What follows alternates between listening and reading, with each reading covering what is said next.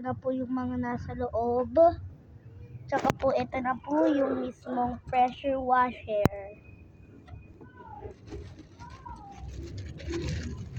Tsaka ito din po. So, nakalimutan ko din po sabihin sa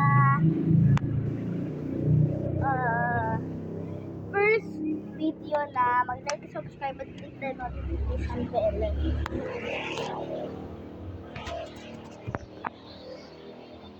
Kaya mag-like, subscribe, click the notification bell para update kayo para pag may bago akong videos. Thank you.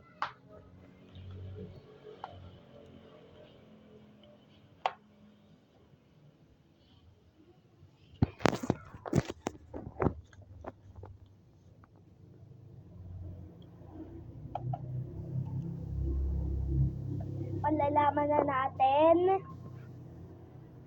mamaya na lamang kung paano siya gamitin.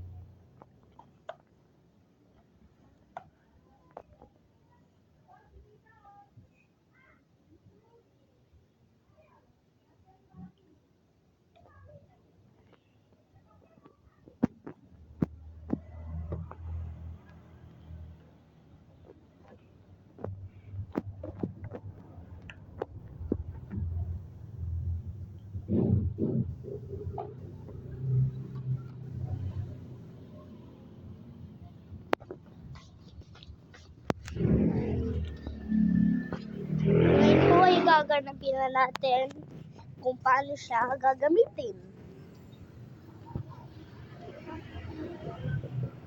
Ito po yung bucket natin of water.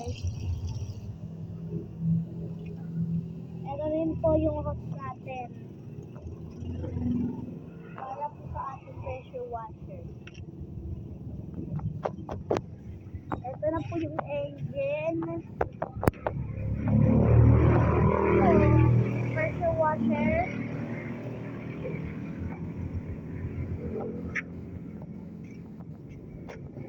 Saka dito po natin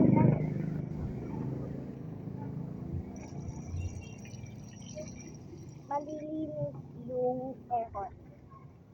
Yung tubig po na ginagamit ay mula dito sa hose na ito.